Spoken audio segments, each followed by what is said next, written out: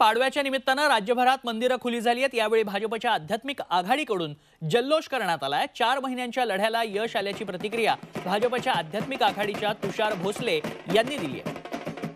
8 महिन्यानंतर शिर्डीचं साई मंदिर उघडण्यात आलंय आणि याच पार्श्वभूमीवरती भाजपच्या अध्यात्म आघाडीकडनं जल्लोष करण्यात आलाय। त्यांच्याशी खास बातचीत केली आहे आमचे प्रतिनिधी योगेश खरे यांनी।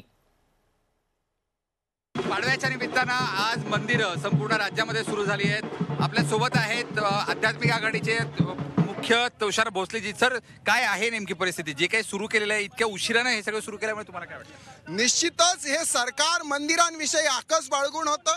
मंदिरं उघडायचीच नाही अशी भूमिका त्यांनी घेतली होती, पण महाराष्ट्रातल्या भाविक भक्तांनी एक मोठं आंदोलन छेडलं। गेल्या 4 महिन्यापासून आम्ही लढा देत आहोत। या लढ्याला यश आलं। या ठाकरे सरकारचा अहंकार आम्ही जिरवला आणि साधू संतांचा विजय झाला, हिंदुत्वाचा विजय झाला आणि भाविक भक्तांना आज भगवंताचं दर्शन घडतंय।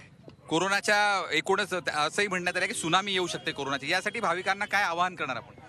केंद्र शासन आणि राज्य शासन या दोघांनी ज्या नियमावली तयार केलेल्या आहेत, या नियमावलीचं काटेकोरपणे पालन करून कोणताही हलगर्जीपणा न करता आपल्या आराध्य दैवताचं दर्शन घ्यावं आणि आपण कोरोना प्रादुर्भाव पसरवण्यापासून सगळ्यांना वाचवावं। भक्तीतून आपण परमेश्वराची मंदिरात जाऊन तल्लीन होऊन भक्ती करावी, पण कोरोनाचा धोका कुठेही पत्करू नये। एकूणच आता मंदिरं सुरू झाली आहेत, मात्र भाविकांनी प्रत्येकाने आता काळजी घेण्याची गरज आहे, अन्यथा कोरोनाचा सुनामी तुम्हाला सामना करावा लागू शकतो। व्हिडिओ जर्नलिस्ट सोनू भिडेसह योगेश खरे, झी मीडिया।